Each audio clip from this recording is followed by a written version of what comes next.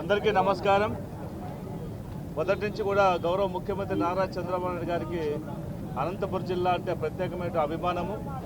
ఎందుకంటే బీసీల యొక్క జనాభా అధికంగా ఉన్నటువంటి అనంతపురం జిల్లాకి ఎప్పటికీ న్యాయం చేయనటువంటి ఆలోచనతో ఉన్నటువంటి వారి యొక్క ఆదేశాల మేరకు ఈరోజు 2 ఎమ్మెల్సీలు గవర్నర్ కోటాలో వచ్చిన వాటిని రెండింటిని కూడా ఒకటి బీసీకి ఒకటి ఎస్సీకి ఇవ్వడం అనేది నిజంగా ఒక రాష్ట్రంలో జరుగుతున్నటువంటి ఈ ఒక మంచి శుభసూచకంగా మనం భావించాలి.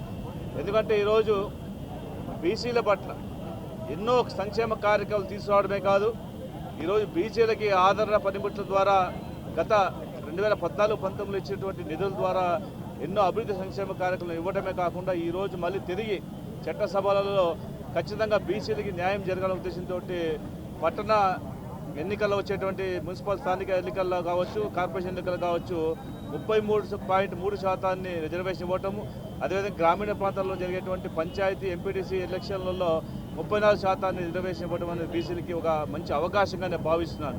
ఈరోజు ఒకటే మనం గమనించాలి, ఎక్కడో ఒక క్లస్టర్గా ఉన్నటువంటి వడ్డెర కులానికి చెందినటువంటి రమాదేవి గారికి ఈరోజు పిలిచి గవర్నర్ కోటాలో ఎమ్మెల్సీ ఇవ్వడం అనేది నిజంగా ఒక అనంతపురం జిల్లాకు ఒక వరమని భావించాలి.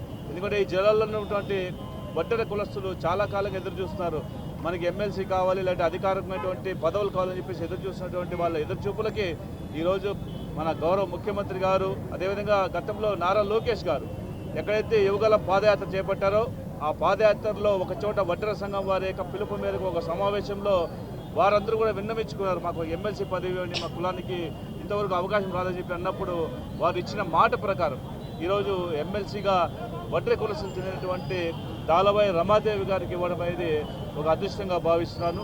ఈ సందర్భంగా గౌరవ ముఖ్యమంత్రి గారికి, అదే ఉప ముఖ్యమంత్రి గారికి, గౌరవ మంత్రి నారా లోకేష్ గారికి ధన్యవాదాలు తెలియజేసుకుంటూ అందరూ కూడా ఈ బీసీల పట్ల తెలుగుదేశం పార్టీ ప్రభుత్వం ఈరోజు చూపిస్తున్నటువంటి ప్రేమ ఖచ్చితంగా ప్రజలందరూ గుర్తిస్తారు.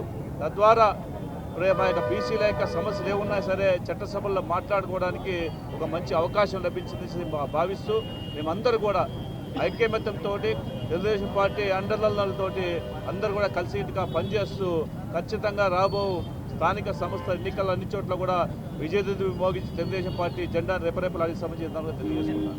అందరికీ నమస్కారం. ఈరోజు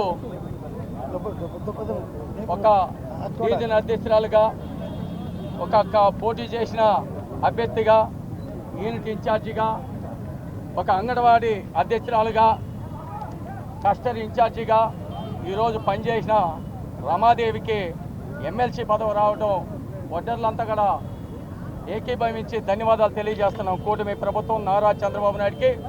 ముఖ్యంగా ఈ ఎమ్మెల్సీ స్థానం రమాదేవికి రావడానికి వడ్డర్లు అనేక రోజులు పోరాటం భాగంగా ఈరోజు మా రమాదేవికి ఫలించిందని కూడా మీడియా ద్వారా కూడా తెలియజేస్తూ, ముఖ్యంగా మా కులాన్ని ఎస్టీ జాబితాలోకి చేర్చడానికి కూడా రేపు జరగబోయే అసెంబ్లీలో కూడా గౌరవ ముఖ్యమంత్రి గారు మాకు హామీ ఇచ్చారు. అది తప్పకుండా చేస్తే యువగలం వ్యవస్థాపకుడు, భవిష్యత్తు నాయకుడు, కాబోయే నాయకుడు, మన జాతీయ working committee president Nara Lokesh Babu గారికి ప్రత్యేకంగా రుణపడి ఉంటాం. అదేవిధంగా జిల్లా మన రాష్ట్ర ముఖ్యమంత్రి నారా చంద్రబాబు నాయుడికి, రాష్ట్ర అధ్యక్షులకి పల్లా శ్రీనివాస్ గారికి, జిల్లాలో ఉన్న అందరికీ కూడా ప్రత్యేకంగా ధన్యవాదాలు తెలియజేస్తూ, ముఖ్యంగా మీడియా మిత్రులకి మా వడ్డెర సంఘం తరఫున, టీడీపీ తరఫున ప్రత్యేకంగా ధన్యవాదాలు.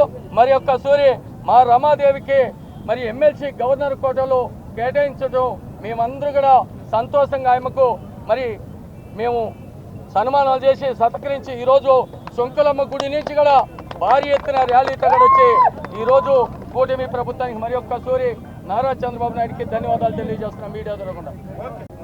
ముఖ్యంగా ఈరోజు చాలా ఆనందకరమైన రోజు.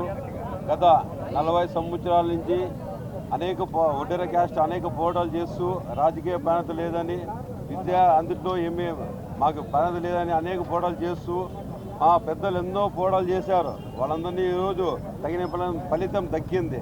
మా ఆడపిల్ల మా రమాదేవి గారికి ఎమ్మెల్సీ పదవి ఇవ్వడం చాలా ఆనందంగా ఉంది.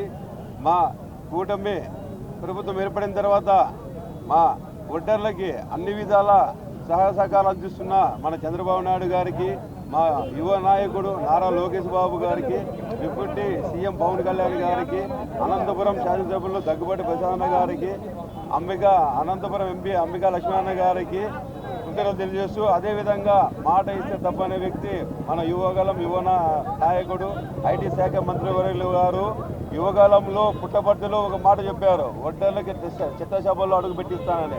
ఆ మాట ప్రకారమే ఈరోజు మాకు ఈ ఎమ్మెల్సీ పదవి వచ్చిందని ఆనందకరం. మరొకతూరి కూటమి ప్రభుత్వానికి, నారా చంద్రబాబు నాయుడు గారికి, నారా లోకేష్ గారికి నాయకులు తెలియజేస్తున్నాం.